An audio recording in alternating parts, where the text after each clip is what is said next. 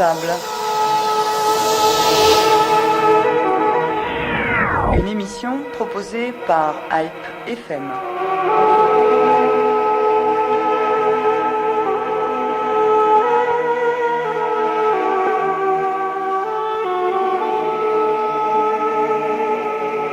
Bonjour à tous, je suis Richard Zarzavadjian et je suis très heureux d'animer cette émission et d'être avec vous puisqu'on a aujourd'hui un invité, on peut le dire, exceptionnel. Vous le connaissez sûrement puisqu'il était ce matin sur France 2 dans Télématin pour parler de David Hallyday en tant que chroniqueur, mais aujourd'hui avec nous et avec vous, il va changer un peu d'une certaine façon de côté puisque c'est l'artiste, l'interprète que je vais interviewer, Frédéric Zetoun. Bonjour. Bonjour Richard, ça va ? Ça va très très bien, on est très heureux d'être là. Je disais, c'est l'interprète, c'est l'artiste que l'on va interviewer, non seulement pour votre album qui est sorti ces jours-ci, duo en solitaire. Quelle belle idée d'avoir associé différents artistes, je les cite, Enrico Macias, Philippe Laville, Marie-Paul Bell, Linda Lemay, Doc Génico, mais surtout, et pour nous Arméniens c'est très important, j'imagine, vous avez associé Charles Aznavour qui a chanté. Avant de vous demander comment ça s'est passé, comment vous avez convaincu notre artiste Charles Aznavour de venir avec vous, je vous propose d'écouter ce morceau, cette chanson, bien au contraire, on écoute tout de suite.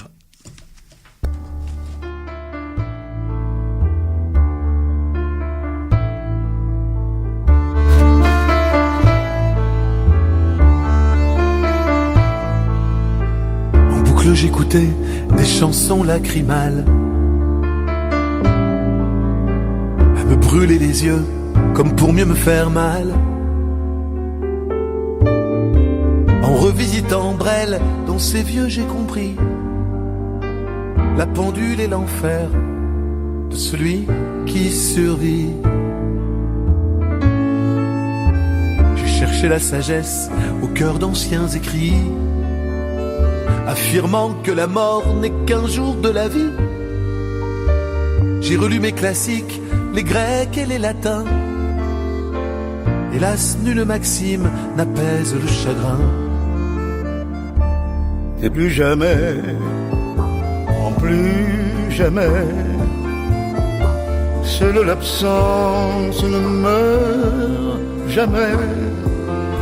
Et tout le temps qui passe ne fait rien à l'affaire. Bien au contraire, bien au contraire.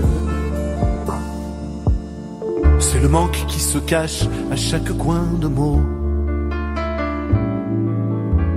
au détour d'une rue, d'un air à la radio.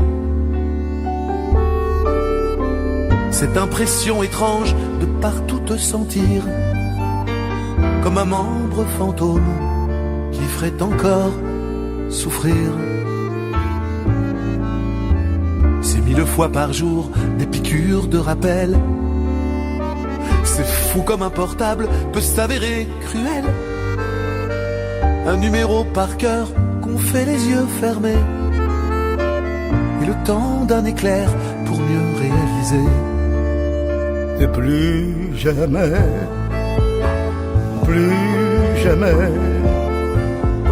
seule l'absence ne meurt jamais. Et tout le temps qui passe ne fait rien à l'affaire. Bien au contraire, bien au contraire. Si je te parle ainsi, c'est pour te rassurer. Et plus jamais, seul et abandonné dans ton éternité. En plus jamais, moi je vais continuer comme tu me l'as appris, à me tenir debout, à remercier la vie. Il est tard, je te laisse, je reviendrai demain. Guetter un de tes signes, de tes sourires en coin. Ma chanson, j'ai autant de mal à la finir qu'à te lâcher la main quand tu as dû partir. Et plus jamais, en plus jamais, seule l'absence ne meurt jamais. Et tout le temps qui passe ne fait rien à l'affaire. Bien au contraire, Bien au contraire, bien au contraire, bien au contraire. Frédéric, bonjour à vous, merci d'être avec Bonjour nous. Richard, comment ça va? Ça va très très bien, cette chanson est magnifique. Moi, Merci. j'aimerais savoir comment vous avez convaincu Charles Aznavour de venir chanter avec vous et de faire partie de cet album, je rappelle, Duo en solitaire. Alors, l'artisan de tout ça, vous savez, dans non pas dans l'ombre de Charles Aznavour, mais dans son soleil, à côté de lui toujours, pendant 46 ans, il y a eu un monsieur que j'aime profondément, qui s'appelle Richard Davoust, qui s'appelle Gérard Davoust. Richard, c'est moi. Richard, c'est vous. Qui s'appelle, ça va beaucoup le faire rire. Qui s'appelle Gérard Davoust, qui a dirigé avec Charles Aznavour, c'est son associé dans les éditions Raoul Breton. Il se trouve que Gérard est mon éditeur depuis des années et des années, enfin, depuis quelques 30 ans maintenant. Et un jour, je lui ai amené ce texte à Gérard et il m'a dit, cette chanson-là, est-ce que tu as une musique dessus? Je lui ai dit non. Il m'a dit, écoute, je pense à quelqu'un. Et franchement, j'osais même pas imaginer qu'il allait le montrer à Charles Aznavour. Il m'a dit, écoute, je vais la montrer à Charles. Je dis, ah bon, tu crois? Et puis bon, le lendemain, ils m'ont appelé tous les deux. Et Charles m'a dit, mais je le connaissais pour l'avoir interviewé à quelques reprises pour les matinales de France 2. Je vais vous la mettre en musique. Je vais peut-être changer 2-3 trucs. Il y a 2-3 trucs peut-être en faisant la musique, je vais peut-être les bouger, mais je vais vous la mettre en musique. Et ce qu'il a dit, il l'a fait parce que c'était un homme de parole. Quelques mois plus tard, là, ça a été vraiment un grand moment d'émotion. Je me suis retrouvé autour d'un piano avec lui. Où ça? Ça s'est passé où, tout ça? Aux éditions Raoul Breton, et ses éditions à lui, qu'il dirigeait avec Gérard Davoust. Et autour du piano, et ce qui m'avait le plus profondément touché, c'est qu'il avait fait trois variantes en me disant, voilà, je voulais pas me tromper, Charles Aznavour, monsieur Charles Aznavour mettant un de vos textes, déjà ça, c'était un rêve. Et lui, s'était pas amusé, il s'était imposé de faire 3 versions pour être sûr d'avoir la bonne. C'était évidemment celle-là qu'il avait choisie, mais il voulait me donner un choix. Et ça m'avait profondément ému. Cette chanson, je l'ai chantée sur scène durant quelques années. Et puis lorsqu'il s'est agi de faire cet album de duo, encore une fois Gérard Davoust, encore lui, sans lui cet album n'existerait pas, on a parlé à Charles en me disant, écoutez, voilà, est-ce que vous accepteriez de chanter votre chanson, puisqu'il en a fait la musique et j'ai fait les paroles. Il a dit oui, mais si vous venez m'enregistrer à Mauriès, il était fatigué. Mauriès, non loin d'Avignon, c'est là-bas qu'il résidait. Comment ça s'est passé? Vous êtes arrivé le matin, vous avez tapé à la porte avec vos musiciens. En fait, il y a Gérard Capaldi qui a magnifiquement bien réalisé cet album, qui est venu avec du matériel, quoi. Il était un tout petit peu chargé. On s'est retrouvé. C'était au mois de mai dernier. Il y avait la grève de la SNCF. On avait un horaire de TGV le matin et un horaire le soir pour être sûr de revenir. C'était le 8 mai, donc en plus un jour férié, le 8 mai dernier. C'était le créneau qu'on avait dans l'emploi du temps de Charles. Et nous sommes arrivés donc à Avignon, tous les trois, Gérard Davoust, Gérard Capaldi et moi-même. On a pris une voiture, on est allé à Mauriès. Charles Aznavour nous a reçus à bras ouverts et c'était vraiment on a passé une journée, c'était un vrai bonheur. Il s'est mis au piano, vous avez chanté ensemble. Non, comment ça s'est passé?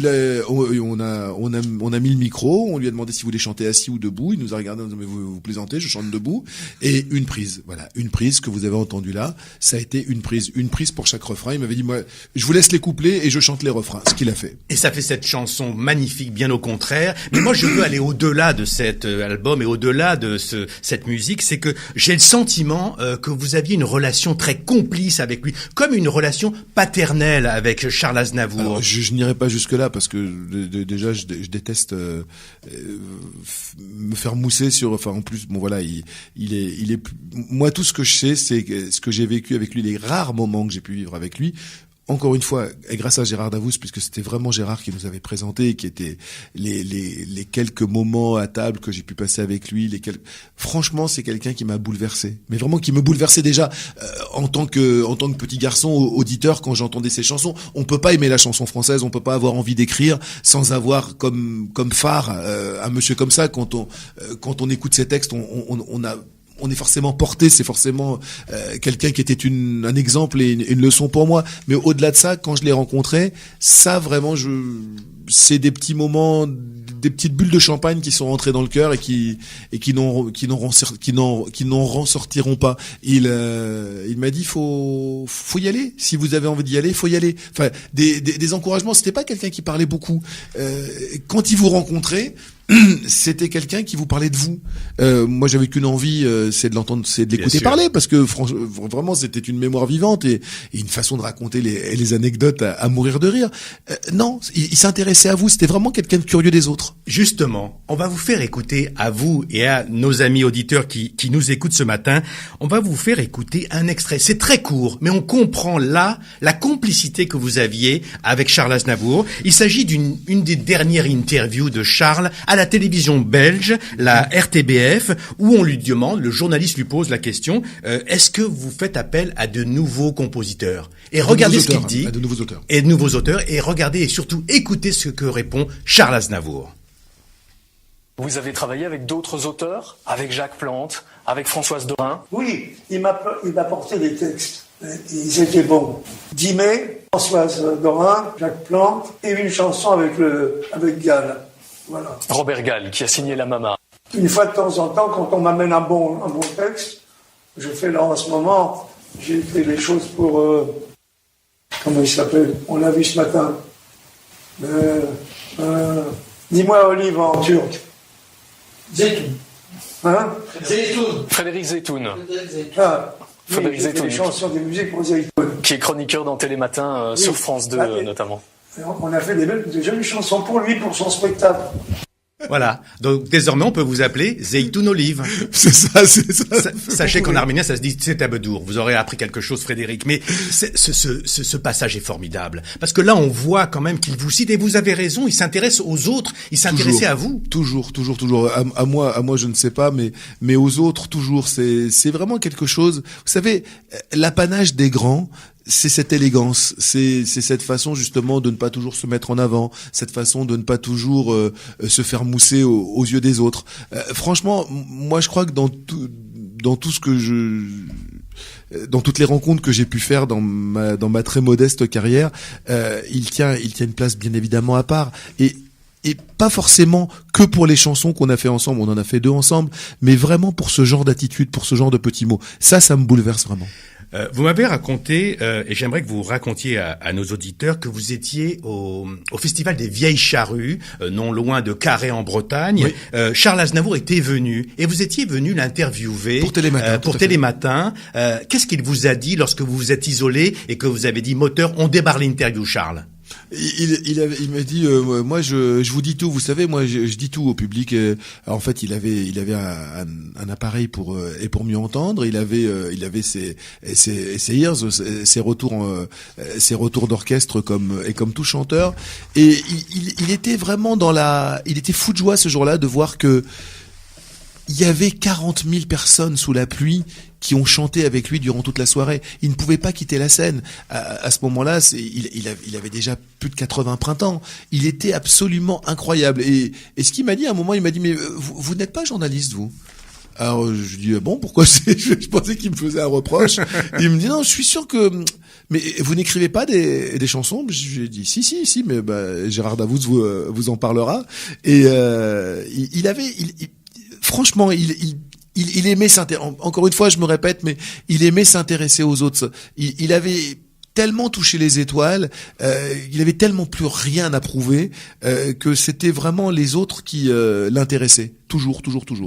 Alors justement, il y a une autre personnalité que vous connaissez, que tout le monde apprécie ici à Radio Hype, Pascal Légitimus, dont on connaît les origines arméniennes par sa mère, qui est avec nous ce matin. Pascal, bonjour. Oui, bonjour à tous. Bonjour Pascal. Salut Pascal. Alors bonjour, Pascal, vous étiez le 30 avril dernier à Marseille. Vous avez pu voir et assister au spectacle et justement à la chanson qu'a interprétée Frédéric. Mais vous avez vous aussi eu des relations très particulières avec Aznavour. Alors comment vous le connaissez? Quand vous l'avez rencontré? Il appréciait votre travail et notamment votre travail avec les Inconnus. Alors, il y a plusieurs questions dans votre formulaire. Alors, je vais commencer par la première. Oui, effectivement, j'étais donc dans cette mafia organisée par au Silo, voilà, il n'y a pas très longtemps. Et effectivement, j'ai eu l'occasion et l'honneur de participer à ce bel événement en tant qu'humoriste plus qu'en tant que chanteur, parce que je ne suis pas un chanteur, contrairement à Monsieur Zetoun qui cumule, qui chante. Mais je suis sûr que vous chantez très bien, Pascal. Qui chante, qui danse même. Oui. Qui écrit des paroles pour les autres et puis qui fait l'acteur aussi. Donc c'était un bel hommage que nous avons rendu. Voilà, donc c'était assez varié et j'ai eu l'occasion effectivement en coulisses d'écouter la chanson. Et je savais pas en fait. Enfin, je savais qui chantait. Moi, je l'ai connu en 87-88 sur Europe 1 parce qu'avec les Inconnus, on avait une émission, donc on se croisait dans les studios. Donc ça remonte déjà au calendrier grec. mais j'ai été assez surpris par la sensibilité. Alors, je m'en étonnais pas, mais allez, on va dire des mots. Il a une putain de sensibilité, ce monsieur Zetoun. On sent qu'il y a une Merci, monsieur Légitimus.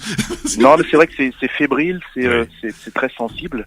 Et je pense que c'est plus l'idée de transmettre des sentiments que de chanter qui l'intéresse. Parce que déjà, faire l'acteur, c'est déjà interpréter des personnages ou des émotions. Mais le fait de chanter sur une chanson de 4-5 minutes, c'est un concentré d'énergie et je trouve qu'il est balèze. Moi, il m'a vraiment surpris à ce niveau-là. Voilà, c'est ce que je voulais dire. Et puis j'ai regardé un peu sur Wikipédia parce que je le connaissais pas beaucoup.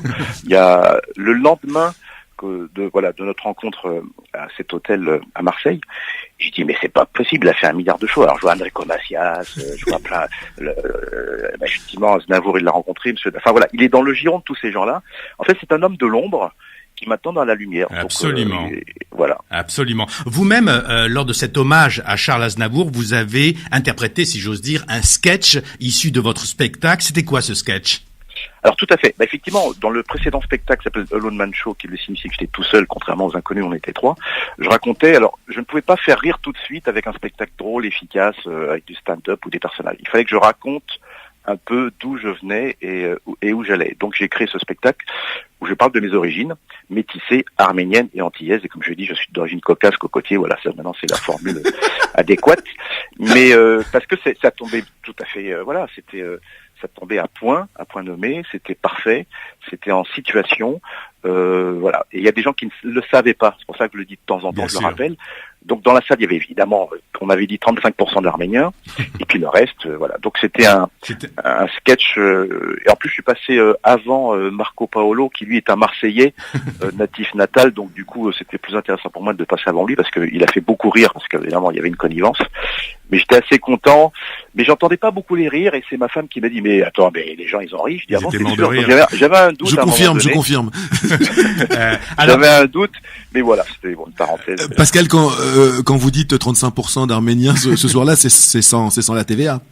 Oui, ça doit être un peu comme ça, mais alors je sais pas que c'était je pensais pas qu'à 10h30 on allait commencer par parler de contrat et d'argent, mais quoique c'est comme ça que ça se passe.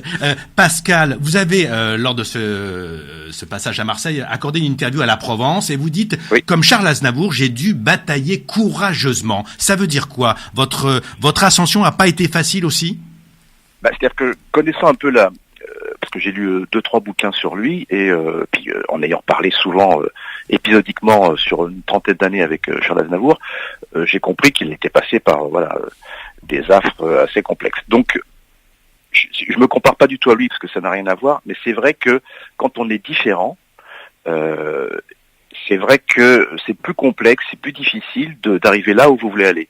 Comme j'ai une couleur de peau un peu plus, une pigmentation, on va dire, de peau plus foncée, c'était compliqué pour moi, qui voulais être acteur déjà, oui. De m'exprimer. On me disait, non, mais toi, tu vas jouer le rôle du taxi, ou du Uber, ou du drogué, ou de mec de banlieue. Je dis, mais non, mais je joue le rôle de l'avocat, là. C'est ça qui m'intéresse. Non, mais c'est pas possible. Je dis, mais pourquoi?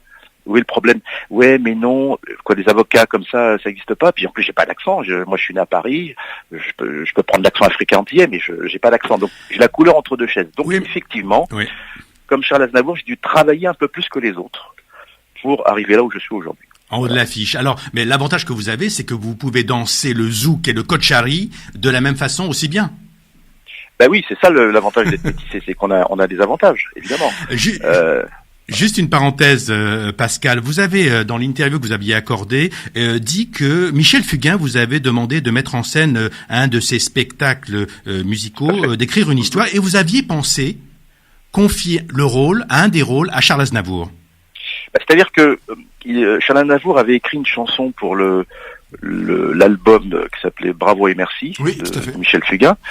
Et dans l'écriture des chansons, parce que j'ai écrit une histoire, j'avais même fait le choix des chansons avec Michel. J'étais dans sa propriété en Corse, donc on s'est vu souvent pour conceptualiser tout ça. Je m'étais dit, ça serait bien que Charles Aznavour intervienne. Alors physiquement, je me dis, c'est à peine possible, mais au moins, donc j'ai trouvé le gag que Charles Aznavour téléphone à Fugain sur scène, en direct, et qui lui dit, dites donc, bon, moi j'ai fait un peu de promo pour vous, pour votre album, ce serait bien que vous en fassiez pour moi, donc, enfin voilà, espèce de gag à l'envers, et donc j'avais enregistré, donc je suis passé par Monsieur Davoust, et donc j'ai eu Charles en direct qui m'a enregistré en direct sa voix comme si c'était en live.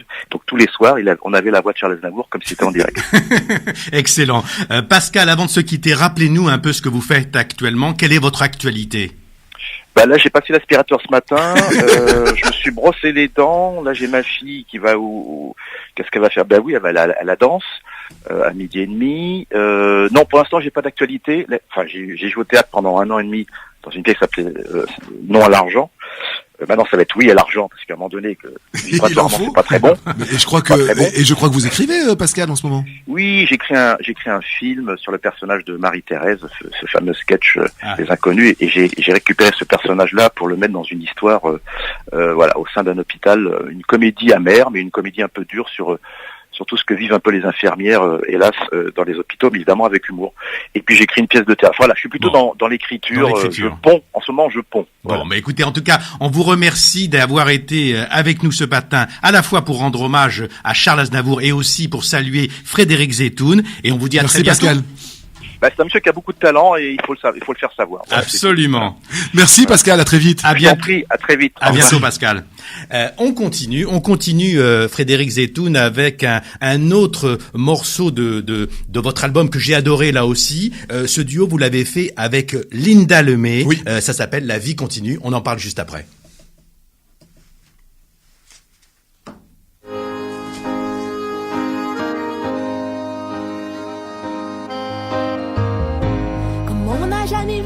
Chagrin, même grand, empêcher de chanter un oiseau au printemps, comme on n'a jamais vu une larme de rimel, refuser de sécher aux rayons du soleil.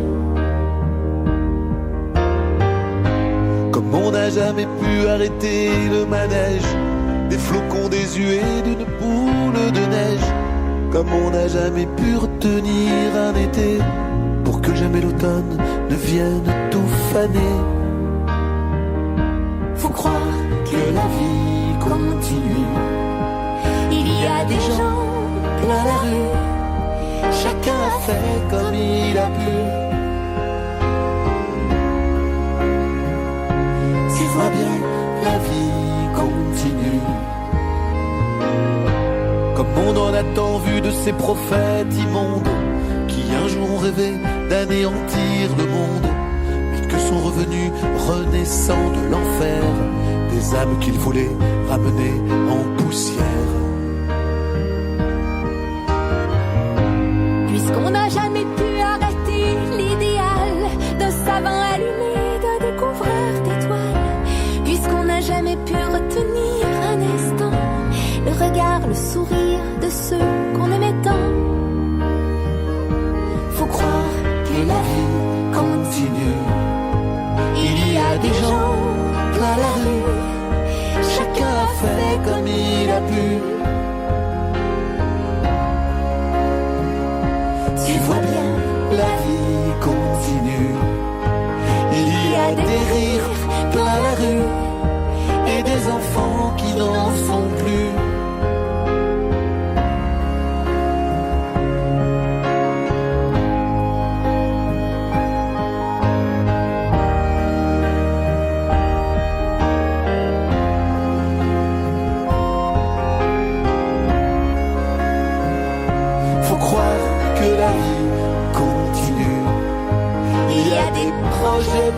Plein la rue, et même si le cœur n'y est plus, je vois bien la vie continue.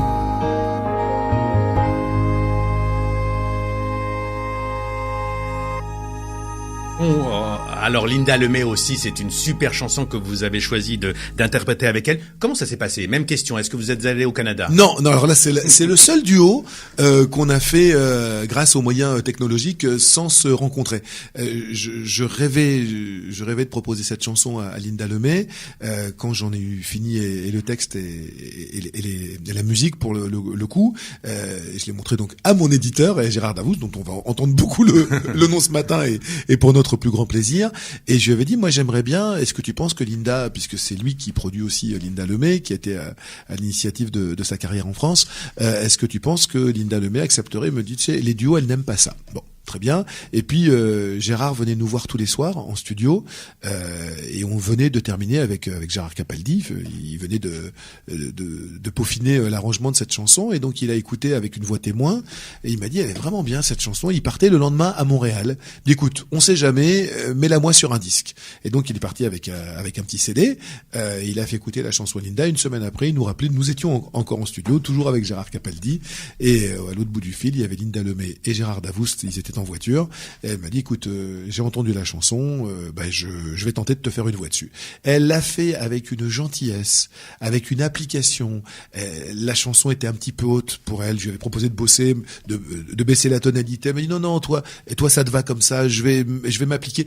Voilà, encore une fois un vrai cadeau de la vie. J'emploie beaucoup ce mot-là, mais c'est vrai que cet album c'est vraiment un vrai cadeau. Un vrai cadeau et on prend du plaisir à l'écouter. Moi je vous invite à le découvrir duo en solitaire. Je vous invite aussi à découvrir Frédéric Zetoun parce que on vous connaît à Télématin, on vous voit, mais vraiment vous découvrir sur scène, c'est formidable. Alors je rappelle pour ceux qui le souhaitent que vous serez le 12 et 13 juin au Café de la Danse à Paris. Oui, deux soirs de suite. Il reste encore des places. Il s'agit pas de faire la pub, mais vraiment s'il y a un moment à passer, un bon moment à passer pour découvrir à la fois les mélodies, mais aussi les textes, parce que les textes sont importants pour vous. Vous serez aussi, et ça c'est une consécration, vous serez le 14 juillet, fête nationale oblige, vous serez à La Rochelle au Francofolies. Après le défilé.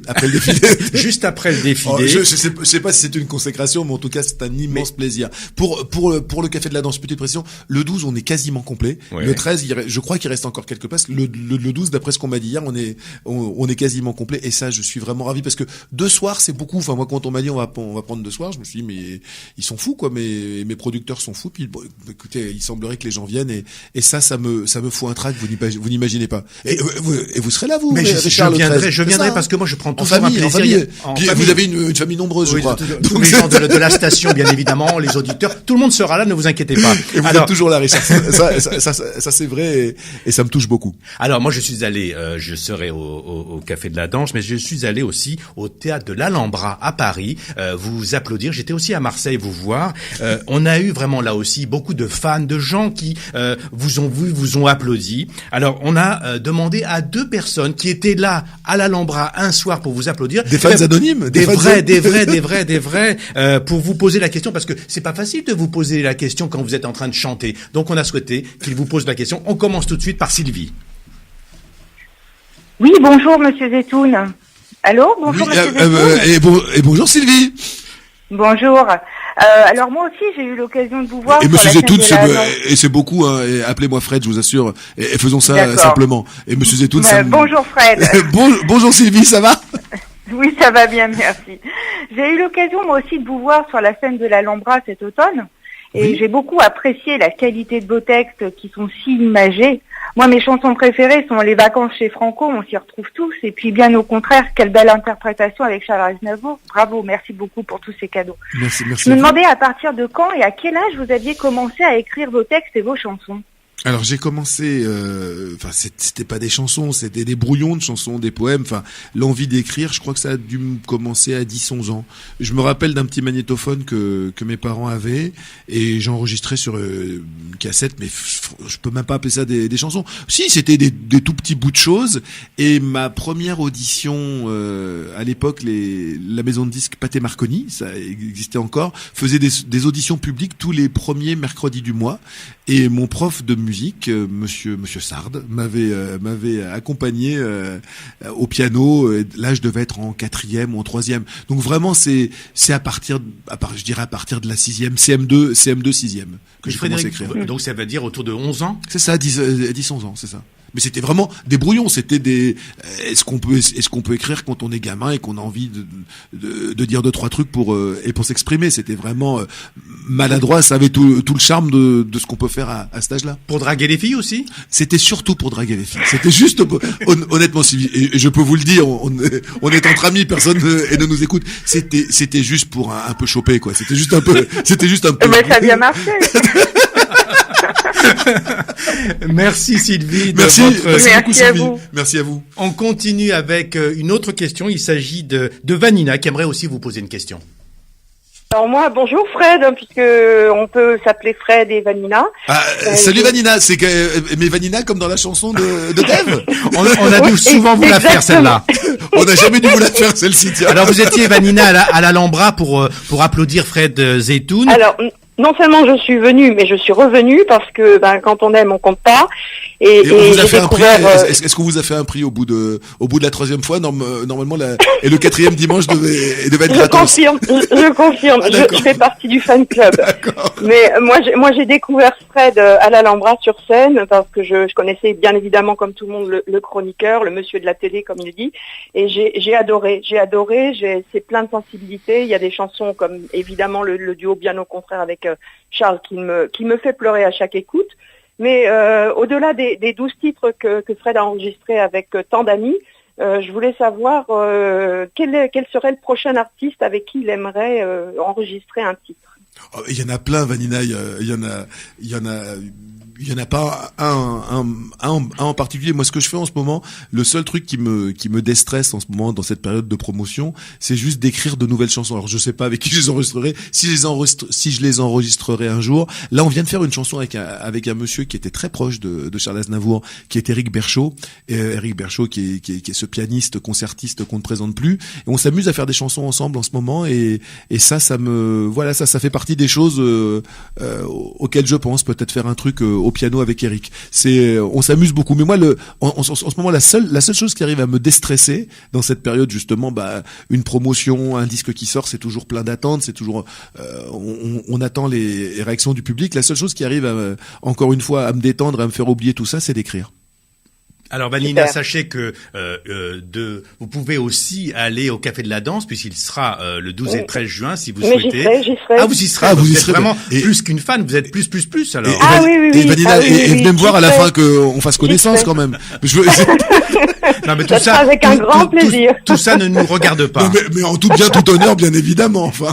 Mais bien évidemment, Fred. Bien évidemment. En tout cas, Vanina, merci d'avoir posé merci cette question et d'être merci Vanina, merci beaucoup sur l'antenne de Radio Hype. Alors, merci Fred. Au revoir. Merci. Au revoir. On continue, Frédéric Zeytoun, et moi je vous propose de découvrir à nouveau votre album avec un artiste que tout le monde connaît, que tout le monde apprécie en France et dans le monde, et aussi en Israël, puisqu'il a chanté souvent en Israël. Alors je vais vous donner un petit indice pour savoir de qui il s'agit. C'était quelqu'un qui aime bien les gens du Nord. Donc Enrico Macias. Et ce qui est formidable chez Enrico Macias, c'est que en 85 à l'Olympia, eh bien il a chanté en arménien. Oui. Je vous propose d'écouter. Et maintenant, j'ai envie de chanter une chanson en arménien pour nos frères arméniens.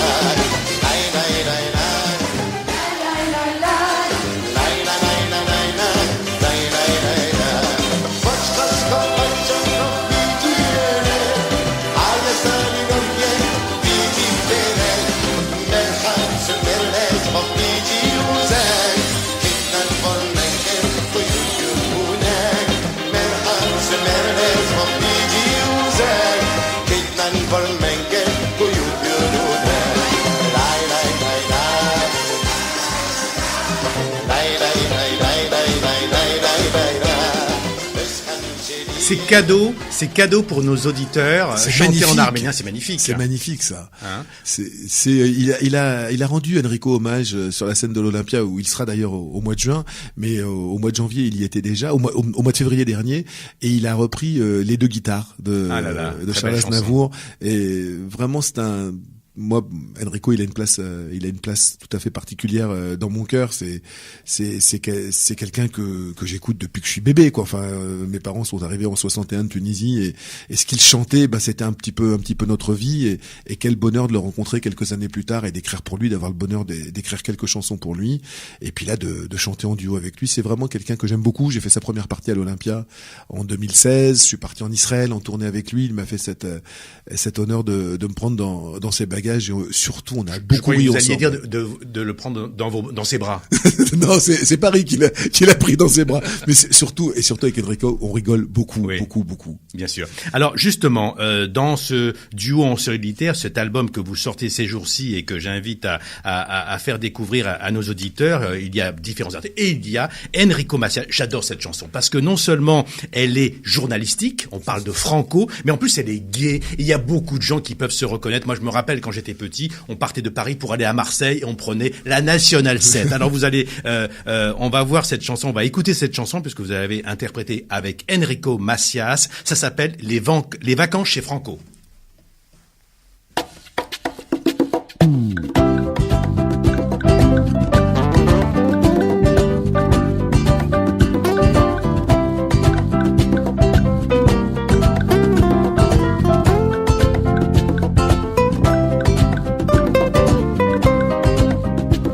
Les enfants, on est dans la dèche, on partira donc à la fraîche.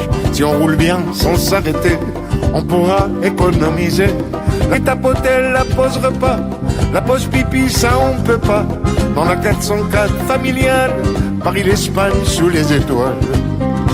Les enfants, on était rouillés, il fallait même nous déplier.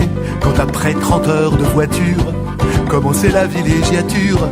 Villa sur la Costa del Sol, la glacière et le parasol. Comparé à notre HLM, c'était vraiment le luxe suprême.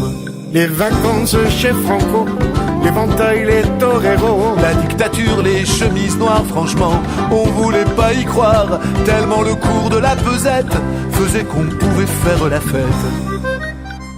Je vous mentirais si je vous disais qu'on écumait tous les musées. Question visite, question culture, on était des glandeurs nature. En revanche, on était balèze, en barbecue, option merguez, en glace bourrée de colorants qui collaient sur nos doigts gluants. C'était 3 semaines durant, le droit d'être à nouveau vivant. Cette vieille Espagne emprisonnée était pour nous la liberté. C'est vrai qu'à revoir les photos, ça fait vacances de blaireau. Sauf que pour moi elles ont le goût des plus beaux de tous les mois d'août. Les vacances chez Franco, l'éventail, les toreros, la dictature, les chemises noires, franchement, on voulait pas y croire. Les vacances chez Franco, l'éventail, les toreros, c'était un mois sans sacrifice. Les vieux, ça leur appelait Tunis. Les vacances chez Enrico, les castagnettes et l'apéro, la sieste après la sangria, mes vieux s'en donnaient à cœur joie. Un mois passé chez les Ibères, réchauffer leur vie en hiver.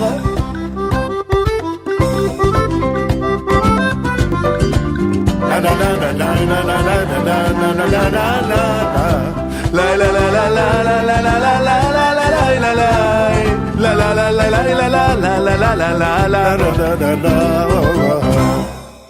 C'est formidable, c'est formidable. On a l'impression que vous vous amusez pour enregistrer cette... On a beaucoup rigolé en studio.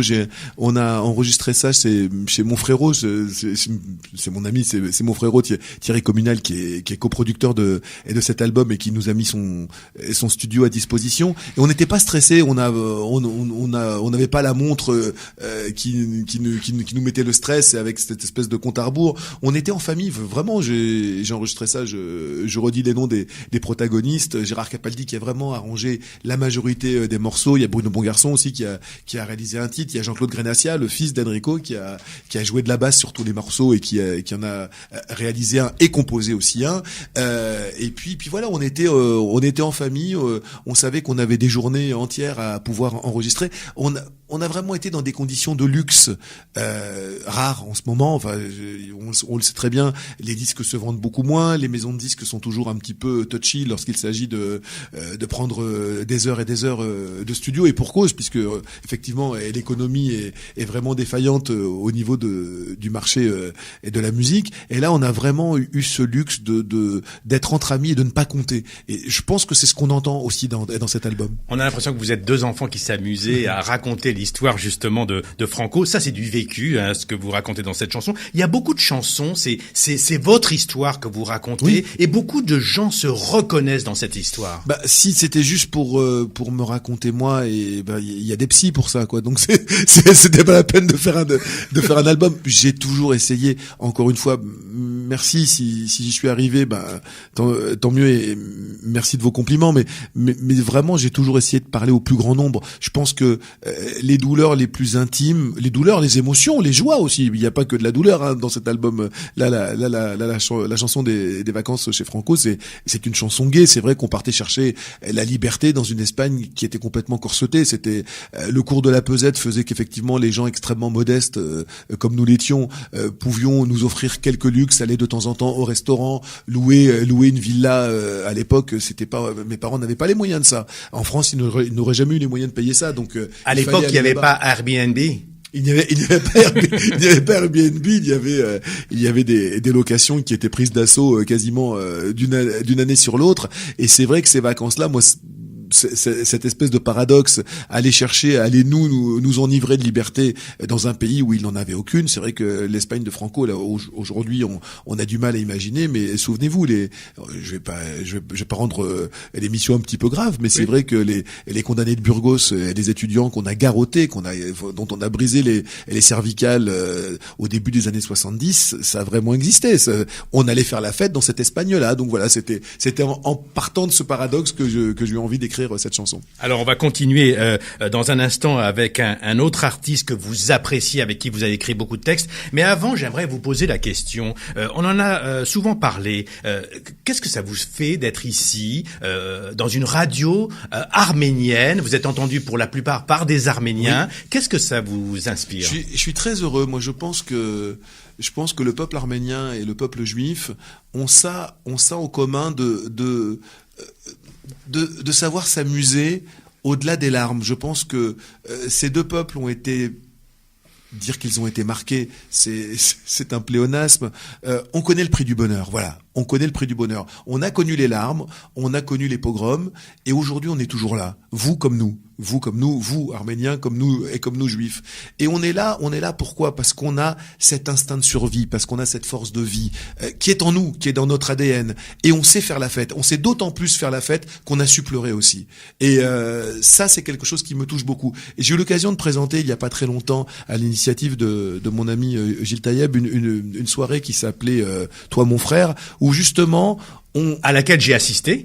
Et je me rappelle que vous étiez au premier rang et je ne voyais que vous. Ça, je m'en souviens très bien. Je n'entendais que vous aussi. Je me souviens très bien. C'était au théâtre, aux Folies Bergères. Absolument. Et c'est vrai que on célèbre nos morts. On se souvient du prix des larmes, mais surtout dans ces deux peuples, aujourd'hui, on célèbre la vie. Quoi qu'il arrive, on célèbre toujours la vie. Et ça, je crois que ça nous rapproche. Et je suis très très heureux d'être là ce matin avec vous et de parler à cette communauté-là. Et je sais aussi que vous appréciez la cuisine arménienne, mais vous appréciez aussi la musique arménienne, et notamment un instrument que vous affectionnez, le doudouk, absolument. J'ai eu l'occasion à Marseille, le grand Lévon Minassian est venu faire le bœuf avec nous sur scène, sur une chanson qui s'appelle J'ai appris de la vie, et il est monté sur scène avec nous, et là j'ai vraiment pris une claque. J'ai vraiment pris une claque parce que c'est un instrument qui me fascinait pour l'avoir écouté bien sûr dans tous les films d'Henri Verneuil. Il y a un film que j'adore qui s'appelle Va vie et deviens, le doudouk était extrêmement présent.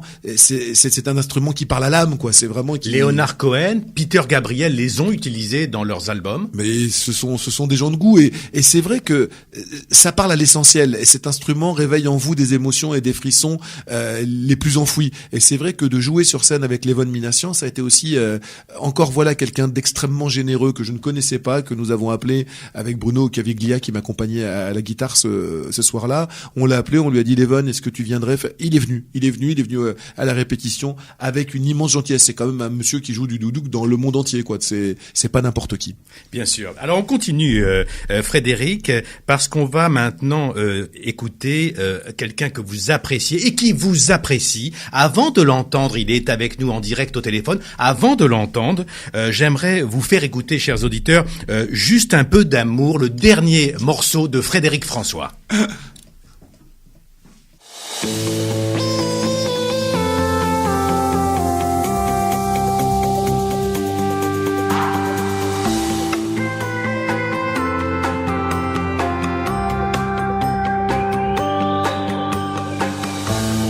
Mais que cherchent tous ces gens qui s'endorment sans un mot? Mais que veulent tous ces gens qui se couchent le cœur gros? Un sourire, un regard, une lumière dans le noir, juste une main qui se tend, un éclair, un espoir, la tendresse d'un soir qui se donne et que l'on prend. Juste un peu d'amour, rien qu'un peu d'amour, pas de long discours, juste un peu d'amour, une épaule se poser et dans des bras se serrer. On a tous besoin d'un peu d'amour.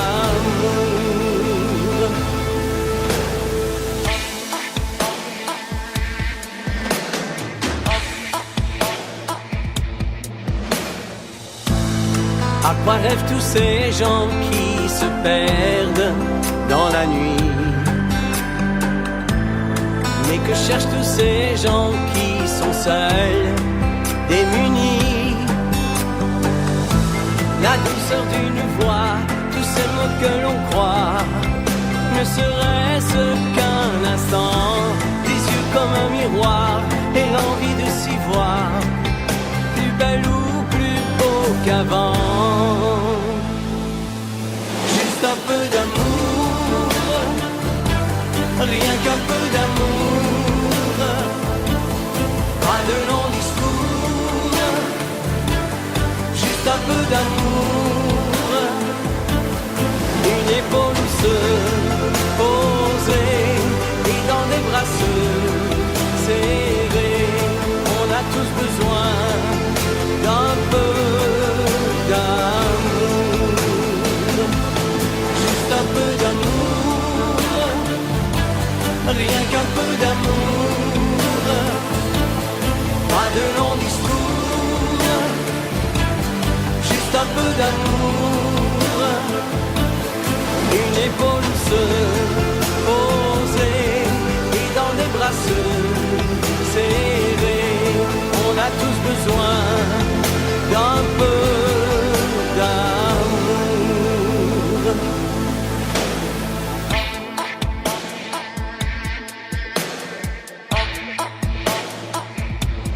Juste un peu d'amour, rien qu'un peu d'amour, pas de long discours, juste un peu d'amour, une épaule se poser et dans les bras se serrer. On a tous besoin d'un peu d'amour,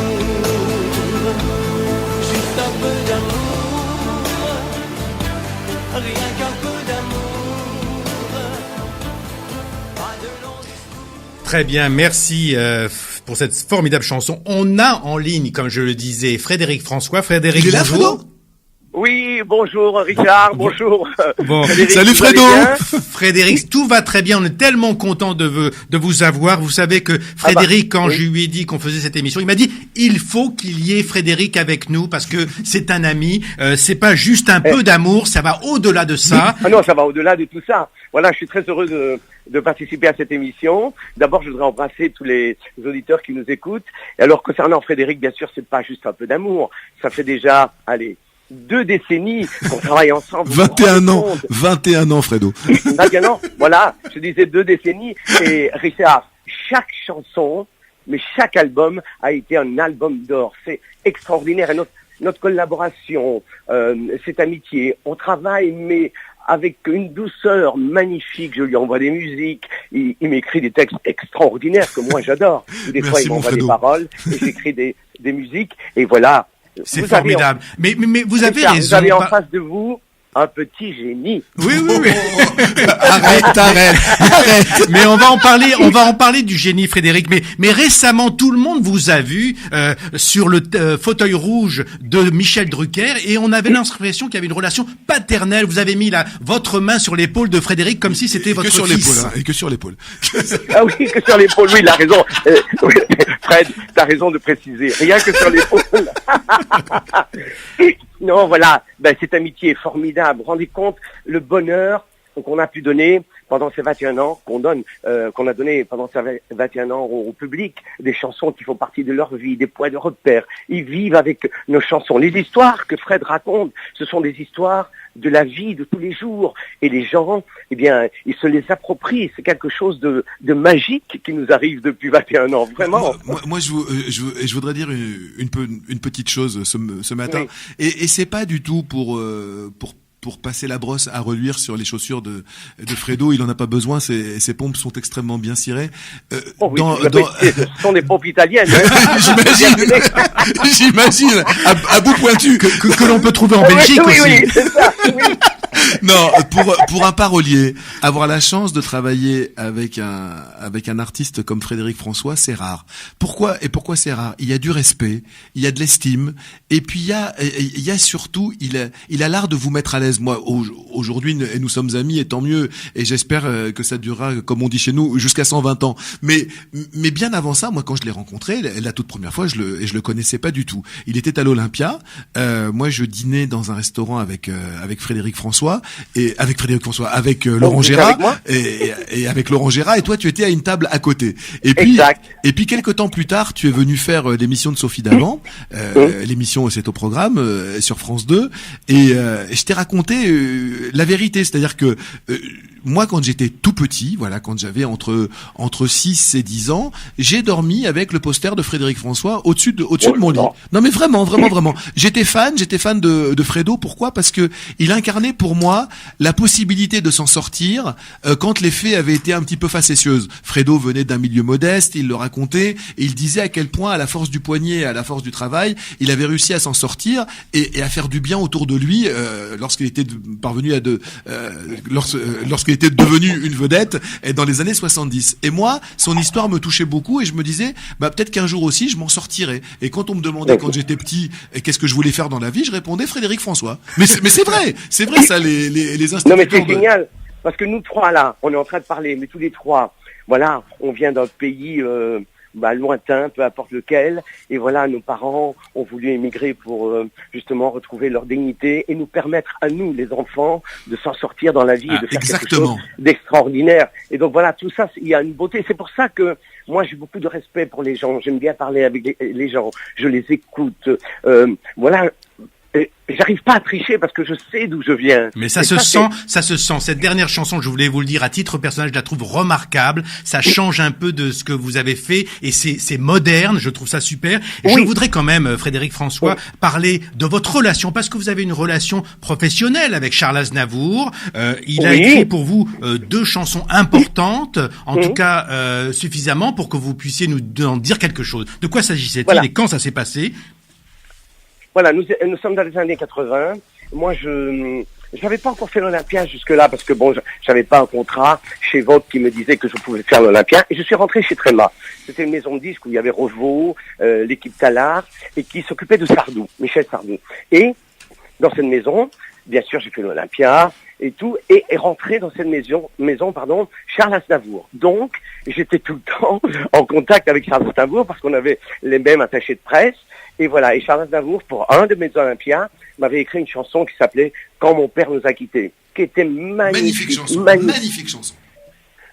chanson. Et puis, bien sûr, on a eu l'occasion de se voir souvent, on a fait des photos ensemble, on parlait, bien sûr il fallait le vouvoyer, il me vouvoyait tout le temps, et un jour il m'a donné un texte qui s'appelait Les Amoureux, et j'ai écrit une musique dessus, voilà, il était fier, voilà, moi, surtout moi, d'avoir collaboré avec un peut-être des plus grands chanteurs et poètes de notre siècle, en fait, Monsieur Charles Aznavour, voilà. Et Fred qui a eu l'occasion d'écrire avec lui dernièrement et qui est un des derniers sûrement à avoir eu cette relation intime avec lui, de d'écrire, de le voir et tout, c'est formidable. Ouais, et donc voilà, vous voyez. Et vous savez ce qu'il y a de commun entre Charles Aznavour et Frédéric François, outre le talent, il y a cette simplicité. Moi, c'est ça qui me touche. La simplicité des grands. Fredo, aujourd'hui, il est trop modeste pour le dire, mais il bourre des zéniths, il remplit des zéniths, il vend. C'est un des derniers gros vendeurs de disques, dans ce monde du disque qui est en déliquescence. Frédéric François est disque d'or sur chaque album, et il a cette simplicité. Il n'oublie pas d'où il vient, il a ça, et ça, pour moi, ça, c'est la qualité des grands. C'est super. Ah, merci Fred, c'est très gentil. C'est super de vous avoir.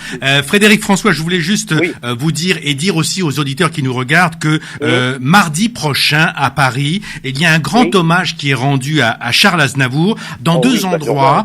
D'abord 11 rue Monsieur le Prince à 11h15. On va d'une certaine 36 rue Monsieur le Prince. 36. À 11h15, on va dévoiler une plaque en hommage à Charles Aznavour parce qu'il a vécu rue Monsieur le Prince. Et puis sachez aussi qu'à 17h, place de l'Hôtel de Deville, il va y avoir un concert à travers des chansons de Charles Aznavour interprétées par différents artistes, dont vous, Frédéric Zetoun, vous serez présent à l'Hôtel de Ville. Oui, je chanterai accompagné par Éric Berchot au piano cette chanson, bien au contraire dont Charles m'a fait le cadeau de me faire la musique, tout à fait. En tout cas, Frédéric François, merci d'avoir été avec nous ce matin. Votre chanson, Juste un peu d'amour, est vraiment magnifique. Et Fredo sera au Grand Rex, au Grand Rex. Et dépêchez-vous de prendre des places parce que ça va vraiment être complet. C'est le 12 octobre. 12 octobre au Grand Rex. Au Grand Rex. Eh bien, on y sera, Frédéric. Je vous embrasse. Allez, d'accord. Gros bisous, Fredo. Gros bisous. Je t'embrasse très fort. J'embrasse tous les auditeurs. Je vous dis à très vite. Et bonne journée à vous tous. Merci. Bonne journée. Alors Frédéric, on arrive au terme de cette émission. C'était pour moi, parce que il faut le dire et le rappeler, je suis un ami, je suis votre ami. J'étais très heureux. Vous êtes un ami. J'étais très heureux d'animer cette émission avec vous. J'étais très touché de le faire avec vous aussi. Parce que c'est aussi l'occasion de rendre hommage à votre parcours. Alors je voulais rappeler aux auditeurs qui nous écoutent que votre album il est là, Duo en solitaire. On vend dans toutes les bonnes pharmacies. Dans toutes les bonnes pharmacies. Mais vous avez raison. Vous savez que je suis chroniqueur santé. Je m'occupe des questions de santé sur France 2. Et d'une certaine façon, cet album est presque thérapeutique. Oh, et c'est très gentil. Et moi, je voulais vous dire un truc, Richard. Je vous connais en tant que journaliste et éminent journaliste santé. Et puis bon, on va pas le cacher, nous sommes vraiment amis. Mais moi, ce que j'ai découvert aussi ce matin, c'est que vous faisiez de la radio comme un chef. Donc, la télé, il faut continuer, mais il faut faire de la radio en plus. Moi, je pense que là, il y a des vocations qui vont se créer ce matin. Absolument. Écoutez, je note. Alors, il est actuellement 11h12 et je note ce message de Frédéric. Alors, juste, Frédéric, je voudrais aussi rappeler que vous êtes le 12 et 13 juin au Café de la Danse. Oui. Franchement, j'invite les gens à aller voir ce spectacle, à aller vous écouter parce que on sort de là, on sent beaucoup mieux. Et puis, vos textes sont vraiment très beaux. Et je vous propose, Frédéric, et à nos auditeurs, de finir cette émission comme on l'a commencé, avec ce morceau que vous avez chanté, interprété avec Charles Aznavour. Bien au contraire. Merci Frédéric d'avoir été avec nous ce matin. Merci.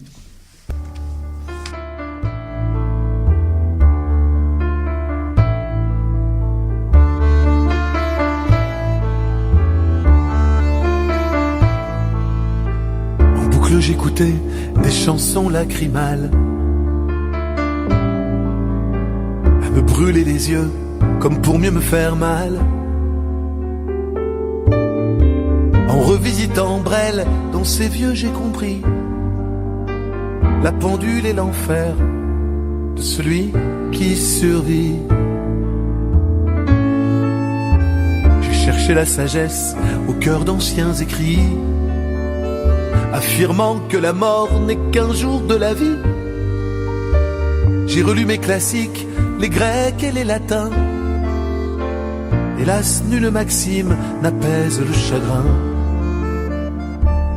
Et plus jamais, en plus jamais, seule l'absence ne meurt jamais. Et tout le temps qui passe ne fait rien à l'affaire. Bien au contraire, bien au contraire. C'est le manque qui se cache à chaque coin de mot, au détour d'une rue, d'un air à la radio. Cette impression étrange de partout te sentir comme un membre fantôme qui ferait encore souffrir. C'est 1000 fois par jour des piqûres de rappel. C'est fou comme un portable peut s'avérer cruel. Un numéro par cœur qu'on fait les yeux fermés, et le temps d'un éclair pour mieux réaliser. Et plus jamais,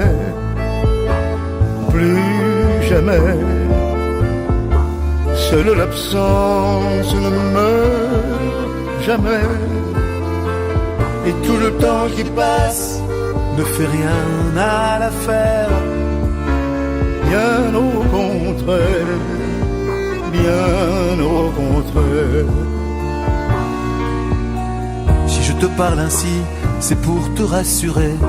Et plus jamais, seul et abandonné dans ton éternité. en plus jamais, moi je vais continuer comme tu me l'as appris, à me tenir debout, à remercier la vie.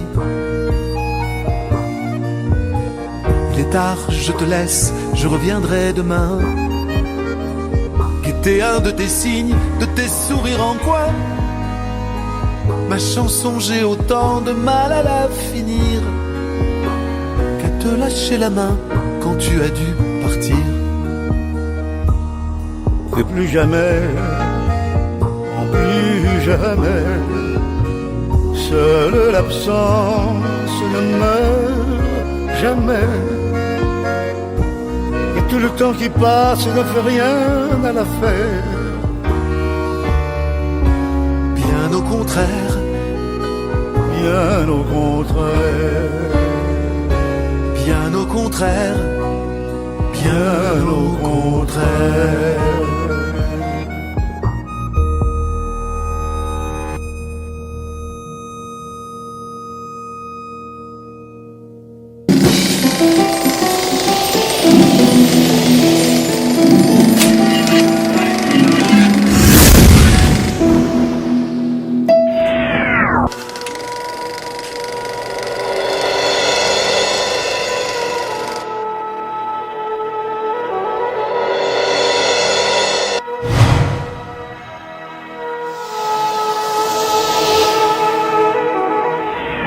Une émission proposée par Hype FM.